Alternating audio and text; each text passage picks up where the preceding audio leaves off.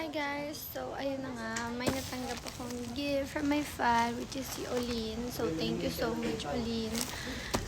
So, kung may mga naririnig kayong maingay, dito si Ate Kuting, may sinushoot kasi sila, so sorry if maingay siya.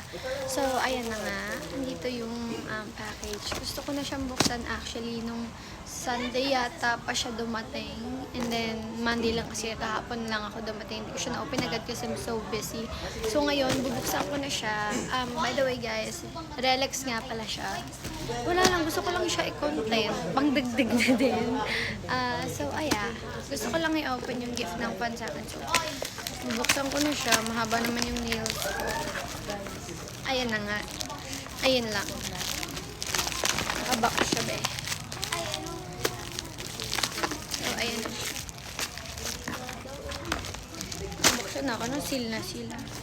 So, naka-tape siya. Bubuksan ko lang siya, guys.